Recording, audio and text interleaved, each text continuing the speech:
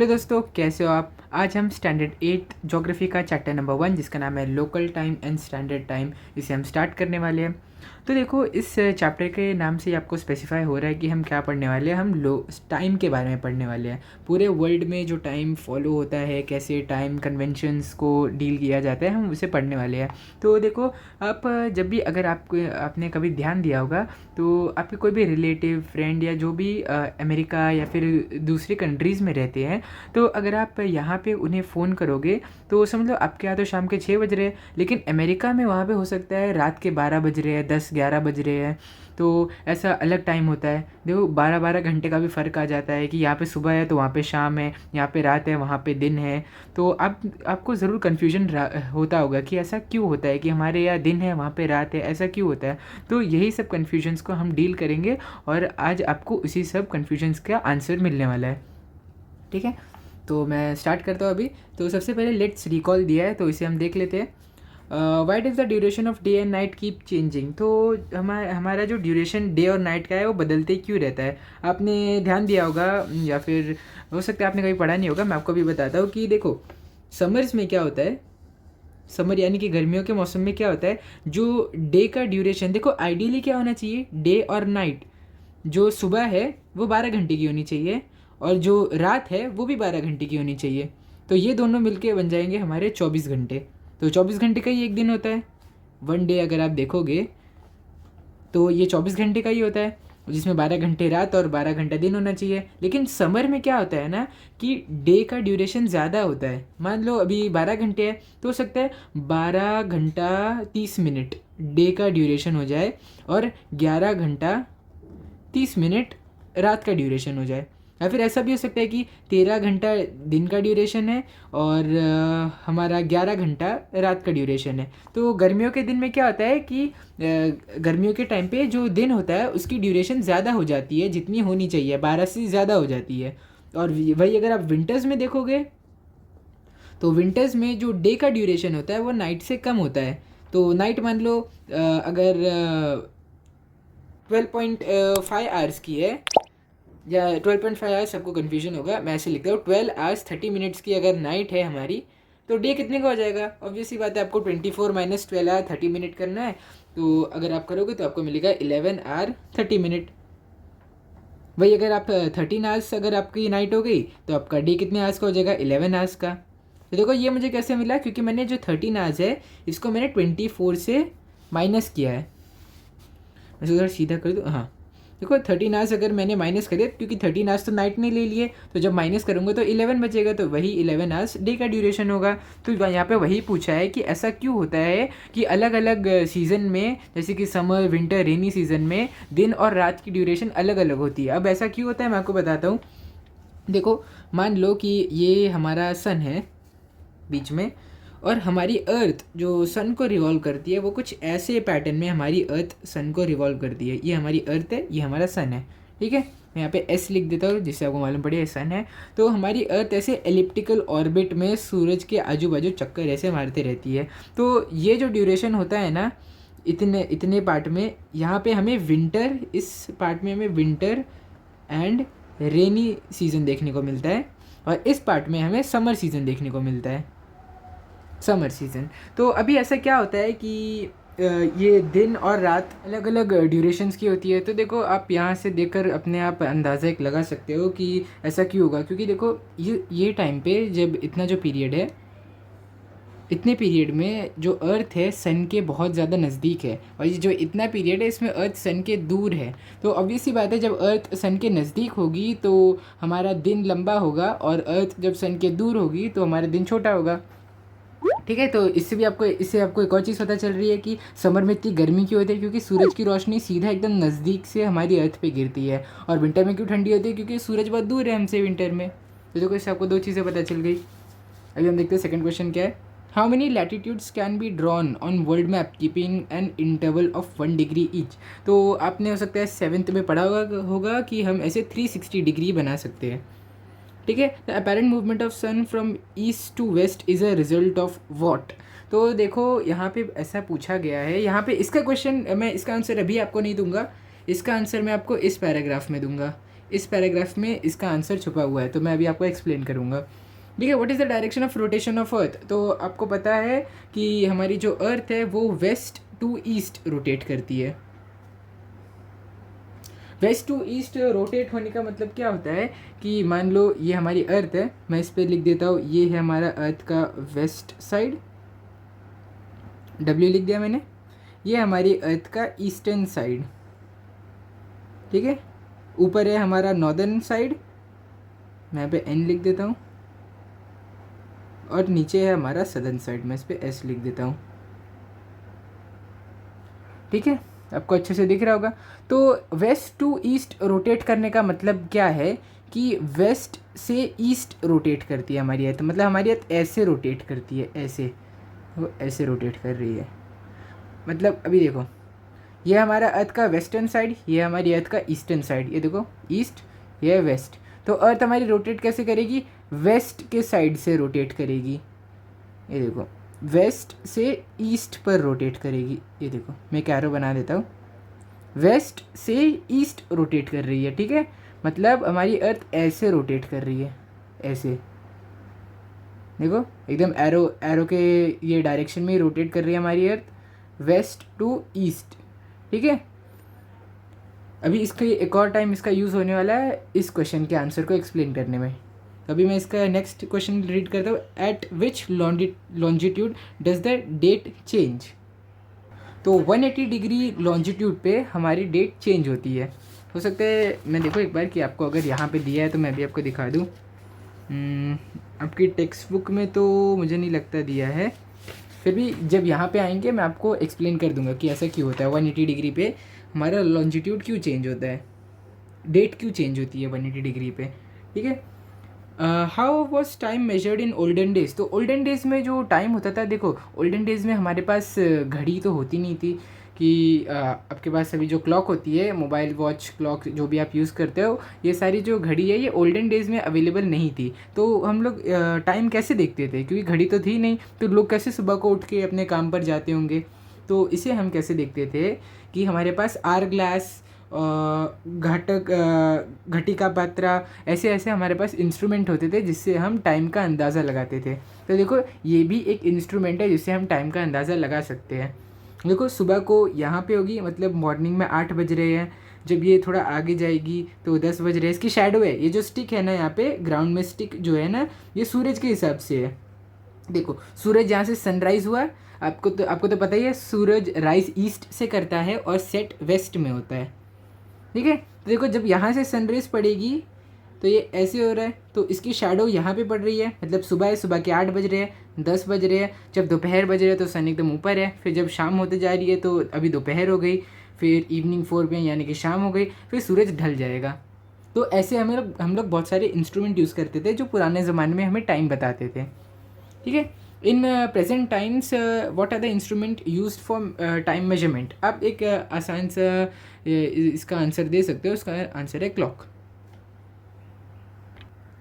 ठीक है। तो अभी हम इसकी जोग्राफिकल एक्सप्लेनेशन देखने वाले हैं कि ये सब ऐसा क्यों होता है। तो वी गेट अप हम तो यहाँ पे मैं आपको सीधे से बता देता हूँ पे क्या लिखा है, इससे रीड करने की ज़रूरत नहीं है। हम रोज़ सुबह जल्दी उठते हैं, ब्रश करते हैं, नहाते हैं, ब्रेकफास्ट करते हैं और स्कूल जाते हैं। हमने क्लासरूम में पढ़ते हैं, घर आते हैं, प्लेग्राउंड में जाते हैं, शाम को ही तो हम प्लेग्राउंड में जाते हैं। आपको तो पता है दोपहर को हम कभी नहीं जाएंगे, क्योंकि अगर दोपहर को हम खेलने गए तो धूप में हमारी सारी एनर्जी तो आधे घंटे में ही निकल जाएगी, ठीक है। फिर हम रात को डिनर करते हैं, फिर ब्रश करके हम सो जाते हैं, ठीक है। तो अभी हम यही सेम चीज़ हर दिन करते रहते हैं, हर दिन हम यही, सुबह को उठो, ब्रश करो, नहाओ पियो, खाओ, स्कूल जाओ, आओ, खेलो, पढ़ाई करो, सो जाओ। हम रोज़ यही जो हमारा शेड्यूल है इसे हम फॉलो करते हैं, ठीक है। तो considering a daily routine we need to decide time for all activities. तो अभी हमें हर एक एक्टिविटी जो हम पूरे दिन में करते हैं इसे हमें एक पर्टिकुलर टाइम देना चाहिए, क्योंकि अगर मान लो आपका स्कूल 7 बजे है तो आपको 5 बजे तो उठना ही पड़ेगा। 5 बजे आपको उठ के तैयार होना है, नहाना धोना, खाना पीना सब कुछ करना है। फिर आप स्कूल जाओगे 6 घंटा, ठीक है। फिर जैसे आप स्कूल से आओगे 1 बजे, आपको 2 बजे खाना खाना है, फिर 2 बजे खाना खा के आप सो जाओगे अपनी दोपहर की नींद।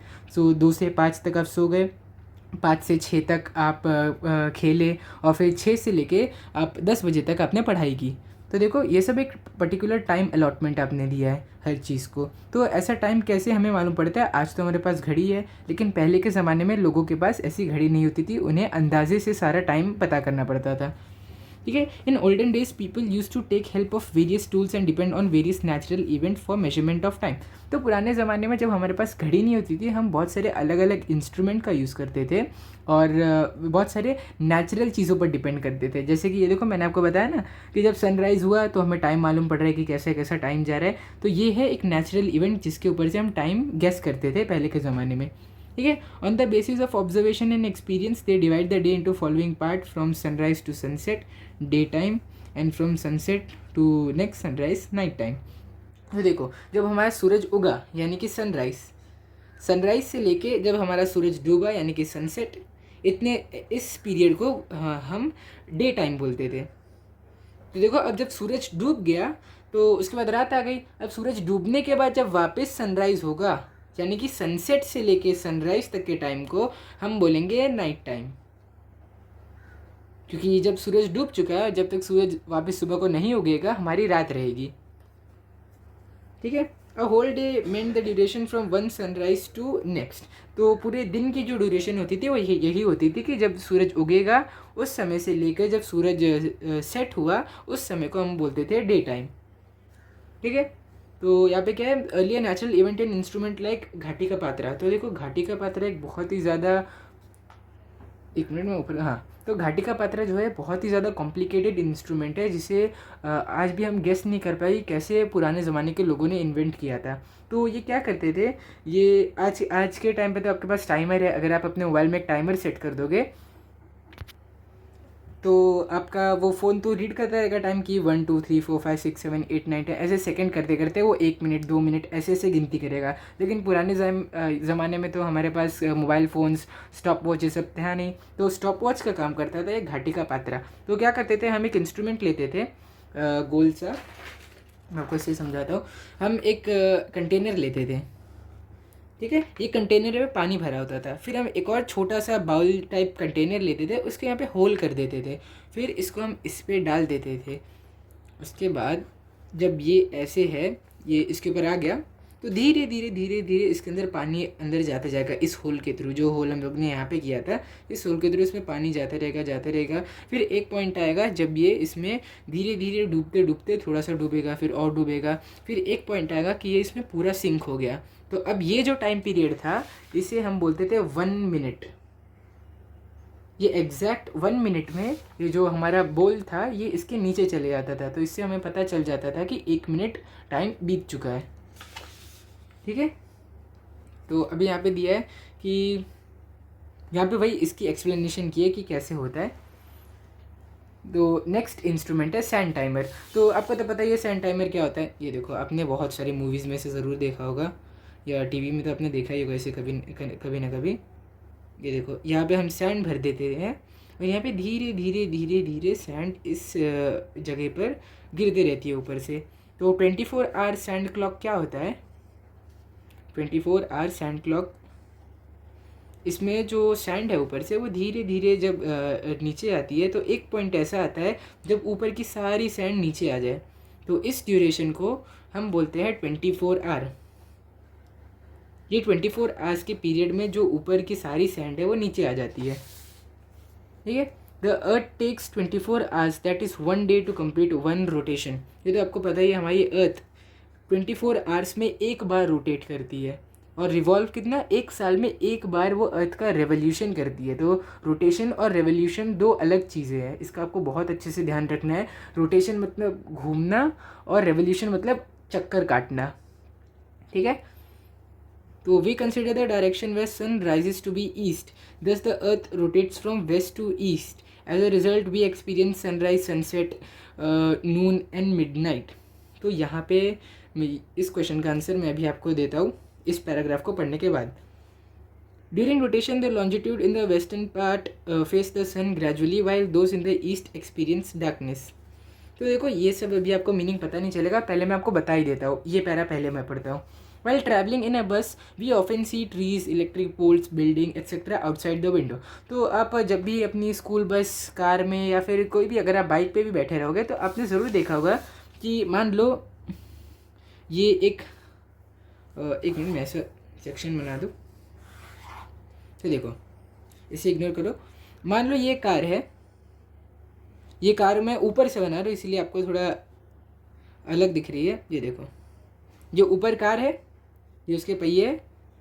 अब हम इसे ऊपर से देख रहे हैं। हाँ, तो ये देखो, ये है रोड और बाजू में है, इस पे बाजू में सामान होंगे, फ्लावर्स। आपने ज़रूर देखा होगा कि पेड़ लगे रहते हैं, जो हाईवे के बीच में जो सेक्शन नहीं होता जहाँ पे कार आती जाती है, इसमें यहाँ पे ढेर सारे पेड़ पौधे लगे रहते हैं।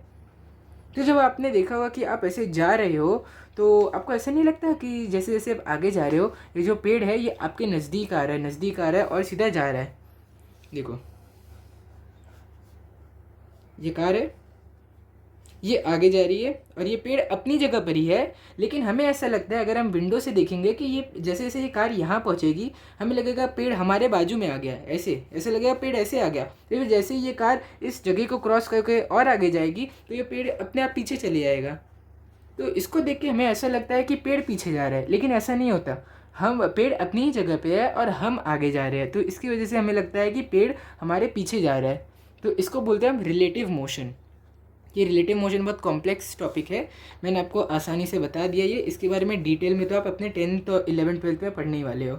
मैंने आपको एकदम आसान भाषा में बता दिया इसका एग्जाम्पल कि पेड़ तो अपनी जगह पर रहता है, बल्कि हम मूव कर रहे हैं, लेकिन कार के अंदर बैठ के हमें ऐसा लगता है कि पेड़ पीछे जा रहा है। तो यही सिमिलर कॉन्सेप्ट अभी यहाँ पे अप्लाई होगा कि हमारी अर्थ है, ये देखो, ये हमारी अर्थ, ये अर्थ मैंने आपको पहले भी बताया था कि वेस्ट टू ईस्ट रोटेट करती है, यानी कि ऐसे रोटेशन होता है अर्थ का, ठीक है। और ये हमारा सूरज। तो जब भी हम अर्थ पे रहते हैं, देखो नॉर्थ ऊपर है, नीचे साउथ है, और हमारी अर्थ जो रोटेट कर रही है वो बिल्कुल इस एरो के डायरेक्शन में ऐसे ऐसे रोटेट कर रही है, ठीक है। अभी ये मान लो अर्थ है और ये है हमारा सन। तो सन हमेशा अपनी जगह पर रहता है, लेकिन हमें ऐसा लगता है कि सन अब अपनी जगह से अर्थ का रोटेशन काट रहा है। देखो जैसे यहाँ पे तो देखो, अगर आप नीचे कर दो, यहाँ पे अगर आप देखोगे तो आपको लगेगा कि सन रोटेशन कर रहा है अर्थ के।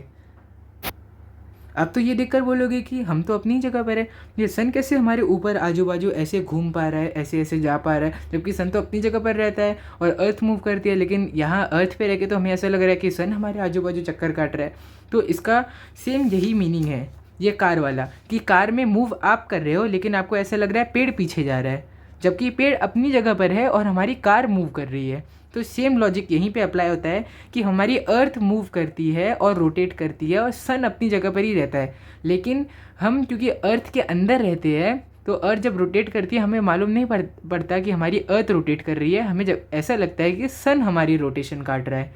तो देखो, हम मान लो इस ईस्ट में रहते हैं तो हम रोटेट करके ऐसे गए ऐसे गए ऐसे गए, पीछे आ गए, मतलब हमारे यहाँ रात हो गई, और जो वेस्ट वाला पार्ट है यहाँ पे दिन है।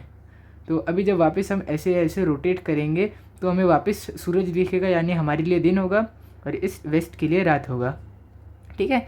तो मुझे लगता है आपको अच्छे से समझ में आ गया। अभी मैं आपको बताता हूँ कि सूरज ऐसा, जबकि हमारी अर्थ जो है वेस्ट टू ईस्ट रोटेट करती है, लेकिन हमें क्यों ऐसा लगता है कि सूरज राइज ईस्ट में होता है और सेट वेस्ट में होता है। तो ये देखो हमारी अर्थ का तो देखो ये अर्थ है ऐसी रोटेट कर रही है, ठीक है, ऐसे ऐसे ऐसे रोटेट कर रही है। और मान लो मैंने अर्थ को रोक दिया, मतलब अर्थ रोटेट ही कर रही है, लेकिन आप हो यहाँ पे, आप रहते हो ईस्ट में रहते हो और अर्थ हमारी रोटेट कर रही है ऐसे।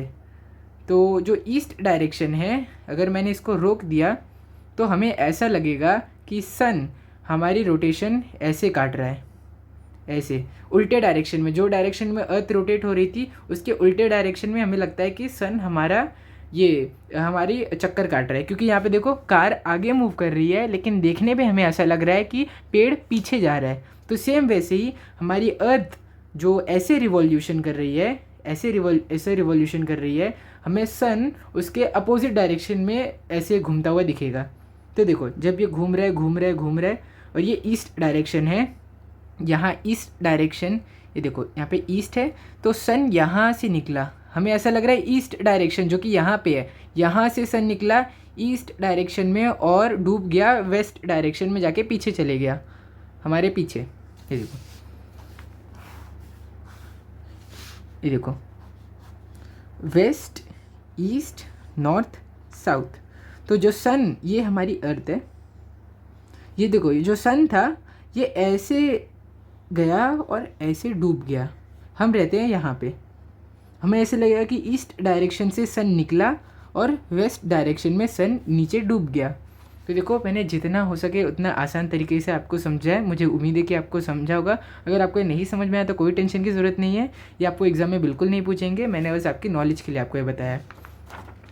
नहीं तो आपको बस इतना भी याद रख सकते हो कि sun rises in the east and sets in the west, लेकिन अर्थ की रोटेशन की बात है तो वो उल्टी होती है, वेस्ट से ईस्ट होती है।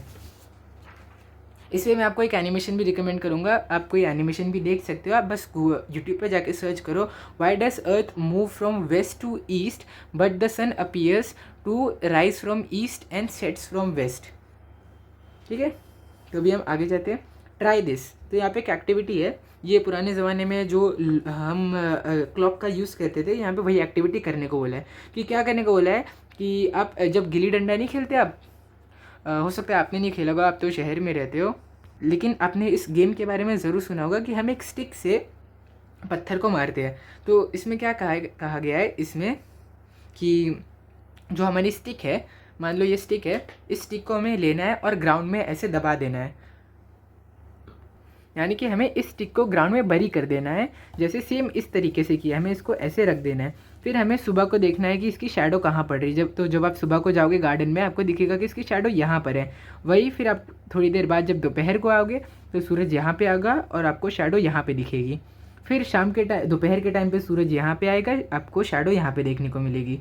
फिर जब सनसेट होने वाला रहेगा, यानी कि शाम के टाइम पे सूरज एकदम लास्ट में आ जाएगा और आपको दिखेगा कि इसकी शैडो यहाँ एकदम इधर आ गई है। फिर जब सूरज सेट हो जाएगा तो शैडो गायब हो जाएगी, क्योंकि रात को कोई शैडो देखने को नहीं मिलती है। ठीक है, तो यहाँ पे कुछ ये क्वेश्चंस पूछे गए हैं। Choose one pole on the ground that stays under the sun for whole day for this activity. तो आपको सिर्फ और सिर्फ एक पोल चाहिए। इस पोल को आपको बदलना नहीं है, क्योंकि अगर आपने इस पोल को बदला तो आपकी टाइमिंग ख़राब हो सकती है। ठीक है, observe the directions in which the shadow of this pole fall at different times. तो यही देखो, आपको ये इसकी शैडो का देख के आपको टाइम का अंदाज़ा अपने आप लग जाएगा। यहाँ पे वही आपको चेक करने बोला है। ठीक है, ये क्या लिखा है, measure the shadows and record in your notebook. तो आपको शैडोज़ की लेंथ भी आपको रिकॉर्ड करनी है। तो जब आप लेंथ रिकॉर्ड करोगे शैडोज़ की, आपको ऐसा मालूम पड़ेगा कि सुबह और शाम की शैडो जो है वो लॉन्गेस्ट है, और जो नून यानी कि जो दोपहर की है, दोपहर 12 बजे की शैडो है, वो सबसे छोटी है। ऐसी आपको ऑब्जर्वेशन देखने को मिलेगी। Note the relative direction of the shadows and sun in your notebook. तो आपको ये नोट करना है कि जो डायरेक्शन में सन राइज हो रहा है उसके अपोजिट डायरेक्शन में आपको शैडो देखने को मिल रही है। कि इस डायरेक्शन में राइज हुआ लेकिन शैडो आपको वेस्ट में देखने को मिल रही है, और वेस्ट डायरेक्शन में सेट हुआ तो आपको इसकी शैडो यहाँ पे देखने को मिल रही है, ईस्ट डायरेक्शन में। ठीक है, where is the sun located in the sky when the shadow is shortest. तो इसका आंसर होगा 12 PM, यानी कि दोपहर के 12 बजे, जिसको हम नून बोलते हैं। At what times the shadow are longest during the day. तो मैंने आपको अभी बताया, इसका आंसर है मॉर्निंग और इवनिंग। ठीक है, तो अभी हम इसका जोग्राफिकल एक्सप्लेनेशन देखेंगे कि ऐसा क्यों होता है। You would have realise by observation that the shadows in early morning and evening are the longest while those at noon were shortest. तो अभी हमने यही फाइंड आउट किया यहाँ पे कि जो सुबह और शाम की शैडो होती है वो सबसे लंबी होती है, और जो दोपहर 12 बजे की होती है सबसे छोटी शैडो होती है। Because of the change in apparent location of the sun in the sky, the length and direction of the shadow of the pole kept changing. तो देखो, ये क्या बताता है कि सन कॉन्स्टेंटली मूव कर रहा है। सन, लेकिन असली में तो आपको पता है, मैंने आपको बताया कि सन तो अपनी जगह पे अपनी जगह पर रहता है, लेकिन हमारी अर्थ जो मूव करती है उसकी वजह से हमें लगता है कि सन हमारे चक्कर काट रहा है। तो इसी अर्थ की रोटेशन की वजह से हमें अलग अलग शैडोज़ देखने को मिलती है। ठीक है, see figure 1.1, this is because a specific part of earth faces the sun during rotation and moves forward. 1.1 figure आपको देखने को मिला है, जबकि यहाँ से आपको उतना कुछ समझेगा नहीं, पर मैं आपको ऐसे समझाता हूँ। तो देखो हमारी अर्थ, मान लो आप अर्थ में वेस्ट ईस्ट इस डायरेक्शन पे रहते हो और आपने यहाँ पे एक स्टिक को, इस स्टिक को आपने यहाँ पे लगा दिया। तो जब अर्थ मूव कर रही है तो देखो अर्थ सन के दूर जा रही है, तो यानी कि शाम हो रही है। तो ऐसे ही जो शैडो है इसकी लेंथ में चेंजेस आने लगेंगे। ठीक है, तो अभी क्या बोले, see figure 1.2 incidentally we also experience that it is cooler in the morning and evening and warmer in the afternoon. तो ऐसा क्यों हमें देखने को मिलता है कि सुबह के टाइम पे और शाम के टाइम पे हमें ज़्यादा ठंडी होती है, और जो आफ्टरनून का टाइम है वो टाइम पे हमें गर्मी देखने को मिलती है। तो देखो जो सन रेज ऐसे हमारी अर्थ पे आती है ना, ये देखो। तो क्या होता है कि जब सनराइज़ का टाइम होता है ना, तो हमारी अर्थ पे जो सन रेज आती है बहुत कम आती है। ऐसे मैं आपको एग्जांपल भी दे रहा हूँ कि इतनी कम रेज आती है, और शाम के टाइम पे भी इतनी ही कम रेज हमें देखने को मिलती है। लेकिन नून के टाइम पे जो ये जगह है इसके एग्जैक्ट सामने पूरा सूरज है, तो इसकी वजह से जो भी रेज आ रही है, इतनी ढेर सारी रेज, वो पूरी इस एरिया पे गिरती है। तो इसकी वजह से हमें दोपहर को गर्मी होती है, जबकि हमें सुबह और शाम को ठंडी लगती है। तो इसका रीज़न है ये अर्थ की रिलेटिव लोकेशन, क्योंकि अर्थ हमारी रोटेट कर रही है। तो देखो जब आप इस साइड पर आप हो, मतलब सनराइज़ है, आपको ठंडी लगेगी। तो जब अर्थ ऐसे रोटेट हुई यहाँ पे पहुँची, दोपहर के टाइम आपको गर्मी लगेगी। फिर वापस रोटेट हुई और इस पॉइंट पे पहुँच गई, तो इस पॉइंट पर आपको फिर से ठंडी लगने लगेगी, क्योंकि अब तो सूरज है ही नहीं। और जब यहाँ पे आप आओगे मिडनाइट, यानी कि रात को तो बिल्कुल ठंडी नहीं लगती, क्योंकि सूरज तो होता ही नहीं रात को। तो यहाँ पे दिया है, as soon as the sun starts moving up in the sky after sunrise, the length of a shadow reduces। तो जब सनराइज़ के बाद हमारा सूरज ऊपर ऊपर जाते रहता है, तो हमारी शैडो रिड्यूस होने लगती है। तो यहाँ पे यही दिखाया है कि यहाँ पे देखो शैडो इतनी बड़ी है, फिर यहाँ पे छोटी हो गई। ठीक है, as the sun move towards the horizon in the afternoon the length of a shadow increases. तो होराइजन, ये पॉइंट है होराइजन। तो जब तक सन इस होराइजन पॉइंट पे नहीं, सॉरी मुझे लगता है जब मैंने पहले आपको दिखा, आपको नहीं दिखा होगा। ये देखो मैं आपको बताता हूँ, देखो सन जैसे जैसे सनराइज़ के बाद ऊपर जा रहा है, तो हमारी शैडो कम होते जा रही है। यहाँ से लेके यहाँ तक कम हमारी शैडो हुई, लेकिन जैसे ही सन इस होराइजन पॉइंट को क्रॉस करेगा, हमारी शैडो फिर से बढ़ने लगेगी। देखो फिर से बढ़ने लगी। जब इस पॉइंट को क्रॉस किया तो हमारी शैडो फिर से लंबी होने लगी, छोटी से। The noon time is same at any given longitude across the earth, that is from north pole to south pole। तो जो नून यानी कि जो दोपहर का समय होता है वो पूरी अर्थ पे सेम होता है। मतलब पूरी अर्थ में दोपहर के 12 बजे ही नून का टाइम होता है। The time of a place as decided by the location of sun in the sky is known as local time. तो जो आप सूरज की पोजीशन को आप देख के जो टाइम गेस करते हो, यानी कि ये टाइम जो आपने गेस किया, इसे हम लोकल टाइम बोलते हैं, जो सिर्फ एक जगह के लिए वैलिड है। ये पूरी कंट्री के लिए वैलिड नहीं है, ये लोकल टाइम है। ये लोकल टाइम है, इसे आप पूरी कंट्री में इसे नहीं चला सकते। तो क्योंकि पूरी कंट्री में हम इसे नहीं चला सकते इस पर्टिकुलर टाइम का, तो इसीलिए हम एक स्टैंडर्ड टाइम फॉलो करते हैं। तो अभी आगे हम उसके बारे में पढ़ेंगे। In regions lying between the polar circles and poles, the daytime could be more than 24 hours। तो यहाँ पे आपको देख के लग रहा होगा ऐसा कैसे हो सकता है, जब पूरा दिन ही 24 घंटे का होता है, जिसमें सुबह और रात जिसमें होती है डे टाइम और नाइट टाइम, वो दोनों मिलाकर तो 24 घंटा होता है। लेकिन यहाँ पे दिया है कि जो डे टाइम होता है वो 24 घंटे से ज़्यादा है। तो मैं आपको रीज़न बता दूँ ऐसा क्यों होता है। तो देखो, जब हमारी अर्थ रोटेट करती है वेस्ट टू ईस्ट डायरेक्शन में, जब हमारी अर्थ रोटेट कर रही है, तो जो भी एरिया यहाँ पे जो भी कंट्रीज़ है, इस पार्ट पे जितनी भी कंट्रीज़ लोकेटेड है, उन्हें तो सनराइज़ और सनसेट आराम से देखने को मिलता है, क्योंकि वो ऐसे रोटेट करती है। मान लो यहाँ पे सूरज है, तो ये वाला पार्ट को दिन देखने को मिलेगा, ये वाले पार्ट को रात देखने को मिलेगी इस सूरज की वजह से। फिर जब ये पार्ट रोटेट करके यहाँ पे आएगा, तो यहाँ पे हमें दिन और यहाँ पे रात देखने को मिलेगी, क्योंकि सूरज यहाँ पर है। लेकिन जो पॉइंट यहाँ पर है, ये पॉइंट और साउथ पोल का पॉइंट, ये तो कभी मूव ही नहीं करते, ये तो हमेशा अपनी जगह पे रहते। देखो अर्थ रोटेट कर रही है, लेकिन ये थोड़ी सूरज के आजू बाजू आ रहे हैं। देखो जैसे सिर्फ ये पॉइंट सूरज को रोटेट कर रहे हैं, ऐसे ये पॉइंट तो अपनी जगह पर है। तो क्या होता है कि यहाँ पे 6 महीने तक भी हमें दिन देखने को मिलता है। बस बहुत ऐसा रेयर टाइम होता है कि अर्थ हमारी ऐसे रोटेट हो गई थोड़ी सी, तो इस जगह को रात देखने को मिलती है, वरना 6-7 महीने तक नॉर्थ पोल में कभी रात नहीं होती है। ठीक है। As a result understanding the timing of sunrise, noon, sunset and midnight at this places becomes important. तो क्योंकि यहाँ पे कभी रात होती ही नहीं है, बस 6-7 महीने में एक बार रात होती है, इसीलिए यहाँ पे टाइम का एक रिकॉर्ड रखना बहुत इंपॉर्टेंट है, क्योंकि आपको पता ही नहीं चलेगा कब शाम हुई, कब दिन हुआ, कब रात हुई, ऐसा आपको पता ही नहीं चलेगा। इसीलिए ये बहुत इंपॉर्टेंट होता है कि आपको टाइमिंग का अंदाज़ा होना चाहिए ऐसी प्लेसेस में। At poles the day time and duration of day last around 6 month. देखो मैंने बोला ना आपको, ये जो नॉर्थ पोल और साउथ पोल है, हमारे नॉर्थ पोल और साउथ पोल, इन जगहों पर तो 6-7 महीने तक भी दिन रहता है। To tell the time of sunrise और sunset at the poles one has to consider date.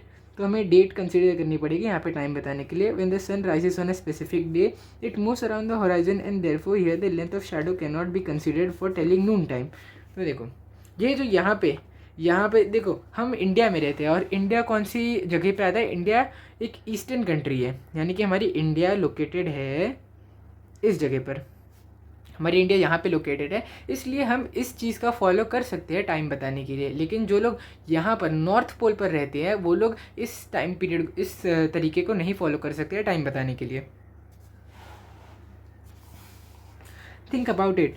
तो यहाँ पे एक बॉक्स थे, चलो देखते हैं क्या दिया इसमें। At the pole sunrise occurs on one equinox and sunset on the other equinox. तो इक्विनॉक्स दो पोजीशन है, आप इसको ये बोल सकते हो, ये दोनों पोजीशंस इक्विनॉक्स है जहाँ पे सनराइज और सनसेट हुआ है।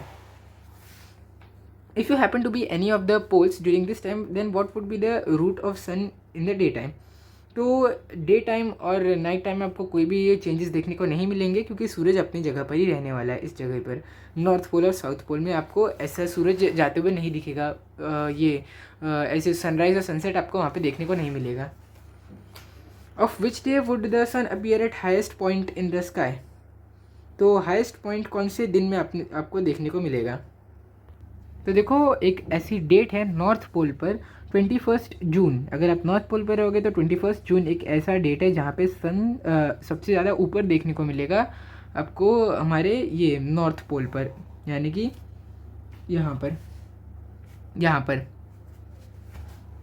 ठीक है। तो different longitude have different timing for sunrise, Noon and sunset. तो अलग अलग लॉन्जिट्यूड में जो दोपहर का और सनराइज होने का, सनसेट होने का अलग अलग टाइम होता है। When it is noon at Mumbai it wouldn't be same at Kolkata. तो यानी कि जब हमारे मुंबई में दोपहर है तो ऐसा ज़रूरी नहीं है कि कोलकाता में भी दोपहर रहे, दिल्ली में भी दोपहर रहे, ऐसा बिल्कुल नहीं है। Because Kolkata lies in the east of Mumbai it would already be afternoon. तो देखो ऐसा बोला जाता है कि जो कंट्री ईस्ट में रहती है वो बाकी कंट्री से टाइम में आगे रहती है, क्योंकि मुंबई से ज़्यादा ईस्ट में हमारी कोलकाता लाई करती है, तो इसीलिए कोलकाता हमसे 1 घंटा आगे रहती है। क्योंकि हमारा जो सनराइज़ है वो तो हमें ईस्ट टू वेस्ट ही देखने को मिलता है, यानी कि जो ईस्टर्न साइड में जो भी कंट्रीज़ होंगी उन्हें जल्दी सनराइज़ देखने को मिलेगा, और वो टाइम में हमसे आगे होंगी, इसीलिए कोलकाता मुंबई से टाइम में आधा घंटा आगे चलती है। द लोकल टाइम, तो हम अभी आगे जाते हैं। The local time of a place on earth surface is determined with reference to its noon time. तो जो उसका दोपहर का समय होता है उसी के रेफरेंस से, यानी कि उसी के हेल्प से हम किसी भी जगह की टाइमिंग को डिसाइड करते हैं। This implies that the places lying on the same longitude have same local time. Longitude यानी क्या? ये देखो, जो हमारा मैप है ना, ये एक लॉन्जिट्यूड है। ये जो एक लाइन, ऐसी स्ट्रेट लाइन आपको जितनी भी देखने को मिलेगी, वर्टिकल लाइंस, इसे हम बोलते हैं लॉन्जिट्यूड, और जो भी सारी ऐसी लाइंस है इसे हम बोलते हैं लैटिट्यूड। तो जो हमने अभी लाइन पढ़ी उसका क्या मतलब है कि सारी प्लेसेस जो एक लॉन्जिट्यूड पे रहती है उनमें सेम टाइम होता है। यानी कि ये देखो, ये जो एक लॉन्जिट्यूड है, ये जो लॉन्जिट्यूड जा रहा है, मैं थोड़ा सा इसको ऐसे करता था ताकि आपको अच्छे से समझे। ये देखो, ये एक लॉन्जिट्यूड है, तो यहाँ पे जो भी जगह पड़ती है इस लॉन्जिट्यूड पे जो भी जगह पड़ती है, यहाँ पे टाइम जो होता है वो सेम होता है। मान लो यहाँ पे अभी बज रहे हैं ये नून है और ये है हमारा 12 मिडनाइट, यानी कि यहाँ पे 2 AM हो रहा है। सुबह के 2 बज रहे हैं। तो इस लाइन पे जितनी भी जगह हैं हर जगह सुबह के 2 बजेंगे। इस लाइन पे जितनी भी जगह है यहाँ पे सुबह के 1 बजेंगे। यहाँ पे जितनी भी जगह है यहाँ पे दोपहर के 12 बजेंगे। यहाँ पे 11 बजेंगे, 10 बजेंगे। तो यही ऐसा ही चलते जाएगा, यही वहाँ पे लिखा हुआ है। ठीक है, तो हम कहाँ पर थे? हाँ, there is no difficulty when local time is used for small area. तो स्मॉल एरिया, तो यहाँ पे क्या लिखा है, जो हम लोकल टाइम जो हम यूज़ करते हैं हर जगह के लिए normal day to day life में, ये एक छोटे से एरिया के लिए तो ठीक है, लेकिन अगर आप एक बड़ी पूरी कंट्री के लिए एक ऐसा लोकल टाइम डिसाइड करोगे तो इसमें बहुत कन्फ्यूजन होगा। तो अभी इसे हम आगे देखते हैं क्या कन्फ्यूजन होगा। When people living in larger area across different longitude have to interact with each other, then using local time could lead to chaos and confusion. तो लोकल टाइम हमें बहुत ज़्यादा दिक्कत दे सकता है अगर हम दो अलग अलग ये दो अलग अलग लॉन्जिट्यूड पे अगर हम सेम इनका और इनका सेम लोकल टाइम अगर हम यूज़ करें। देखो यहाँ पे तो 4 बज रहे हैं लेकिन यहाँ पे 3 बज रहे हैं। तो आप फ़ोन करके अपने किसी रिश्तेदार को यहाँ पे फ़ोन करोगे जिसके यहाँ 3 बज रहे हैं और आप रहते हो 5 बजे वाली जगह पे। आप बोलोगे कि अच्छा आपने अपना काम कर दिया जो 5 बजे आप करने वाले 4 बजे आप करने वाले थे। वो बोलेगा क्यों, अभी तो 3 बज रहे हैं बस मेरे यहाँ पे। तो यहाँ पे जहाँ पे आपने कॉल किया अब बोलोगे नहीं मेरे यहाँ तो 5 बज रहे हैं। तो ये बेचारा बोलेगा कैसे 4 कैसे बज सकते हैं, 5 कैसे बज सकते हैं, मेरी घड़ी में तो अभी 3 ही बज रहे हैं और काम मुझे अपना 4 बजे करना है। आप कैसे बोल सकते हो कि यहाँ पे आपके यहाँ 5 बज रहे हैं। तो इसकी वजह से बहुत कन्फ्यूजन हो जाएगा, इसीलिए हम यहाँ पे एक स्टैंडर्ड टाइम डिसाइड करते हैं। तो इसीलिए केओस और कन्फ्यूजन होगा। मैंने अभी आपको एक बहुत अच्छा एग्जांपल दिया कि कैसे कन्फ्यूजन और केओस हो सकता है। तो in such cases using local time is not convenient. तो इन केसेस में जो लोकल टाइम हम यूज़ करते हैं वो वैलिड नहीं होगा। ठीक है, तो मैंने आपको यहाँ तक तो एक्सप्लेन कर दिया है। तो मुझे लगता है आज इधर ही लेक्चर को एंड करना चाहिए क्योंकि वैसे भी अभी आधे घंटे से ऊपर का वीडियो बन चुका है। तो नेक्स्ट लेक्चर में हम इस पॉइंट को कवर करेंगे और इसके बाद हम एक बहुत ही ज़्यादा एग्ज़ाम में पूछे जाने वाले न्यूमेरिकल को सॉल्व करेंगे। बहुत ही इंपॉर्टेंट न्यूमेरिकल है, आपकी टीचर आपको एग्ज़ाम में एक ना एक ऐसा न्यूमेरिकल तो ज़रूर देगी। तो मुझे लगता है कि आज के लिए इतना बस करना चाहिए। तो मैं मानता हूँ कि ये चैप्टर थोड़ा डिफ़िकल्ट है क्योंकि आपको अपना दिमाग अलग अलग तरीक़ों से लगाना पड़ता है कि अर्थ की रोटेशन ऐसे हो रही है, सूरज ऐसे रिवॉल्यूशन कर रहा है। तो ऐसे टाइमिंग देखने में आपको दिक्कत हो सकती है, लेकिन मैंने अपने साइड से जितना सके उतना आसान तरीके से आपको समझाने की कोशिश की है। मुझे उम्मीद है कि आपको सब कुछ अच्छे से समझा होगा। अगर आपको ये वीडियो अच्छा लगा तो इस वीडियो को लाइक करो, शेयर करो और चैनल को सब्सक्राइब करो। Thank you.